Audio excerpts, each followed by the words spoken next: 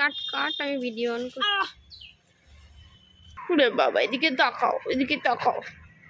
তাকাবে না। আমাদের খুদে সদস্য।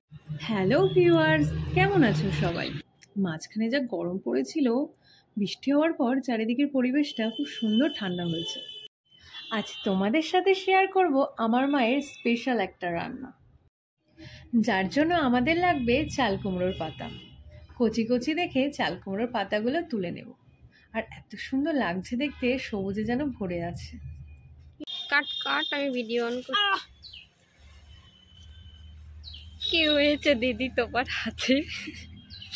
ও কেটে গেল আমার হাত। কচি কচি দেখে পাতাগুলো আমরা তুলে নিয়েছি। আজ আমাদের বাড়ির কজন স্পেশাল সদস্যের সাথে পরিচয় করিয়ে দিই। কি হয়েছে? যে ঘুমাচ্ছে। আচ্ছা আচ্ছা মা দাঁড়াও, যে বসে আছে।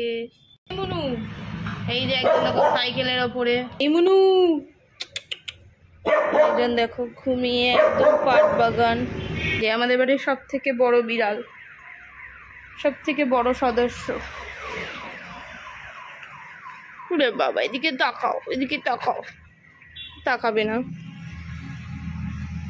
আমাদের খুদে সদস্য আমাদের বাড়ির, ও খুদে সদস্য ঘুমাচ্ছে, যে ম্যাও করছে। কি হয়েছে, কি হয়েছে, কি হয়েছে? আরেকজন সদস্য দেখো এগিয়ে আসছে।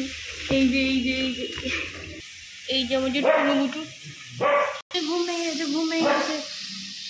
বাবা কি ঘুমাচ্ছিল। এই কোথায় যাচ্ছ তুমি? মিকুন বলে দাও আমাদের চ্যানেলটা সাবস্ক্রাইব করতে। আমাদের মিকুন কিন্তু বলছে আমাদের চ্যানেলটা সাবস্ক্রাইব করে দিও যদি ভালো লাগে। তাই তো মিকুন, তাই তো? বলো বলো, তুমি বলে দাও। হ্যাঁ, এই পাতাগুলোকে এবার আমরা ধুয়ে নেব।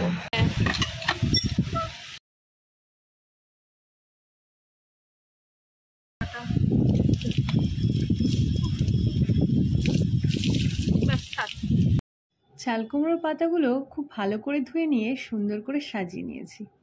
এর ওপর এবার চিংড়ি মাছগুলো দিয়ে দেব। আস্তে আস্তে পেঁয়াজ কুচি, কাঁচা লঙ্কা, সামান্য পরিমাণ লবণ, আর আগে থেকে করে রাখা আদা, রসুন আর সর্ষের পেস্টটা দিয়ে দিচ্ছি।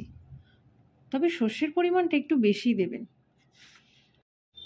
ওপর থেকে আমরা সর্ষের তেল ছড়িয়ে দিয়ে হালকা হাতে মেখে নেব। মাখাটা দেখেই কিন্তু আপনার জিভে জল চলে আসতে বাধ্য। এত সুন্দর লাগছে না দেখতে। পাতাগুলো খুব হালকা করে বেঁধে নিতে হবে।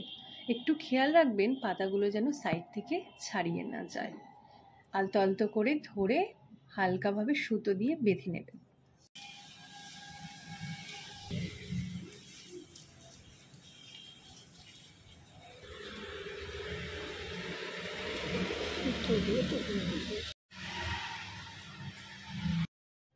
কড়াই সামান্য জল দিয়ে আমরা সিদ্ধ করার জন্য বসিয়ে দেব।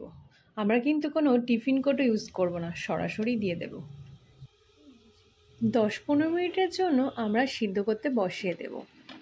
আর ঢাকনির ছিদ্রটায় একটা কাগজে দিয়ে দেব যাতে হাওয়াটা না পাস হয়।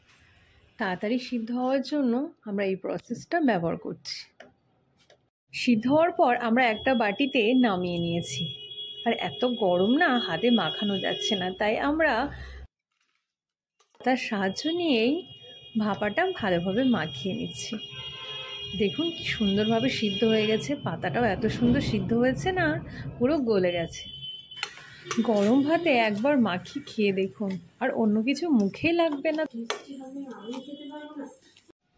এখান থেকেই বসে গন্ধটা কিন্তু অসাধারণ আসছে। এবারে গরম ভাতে খেয়ে বলতে হবে কেমন হয়েছে।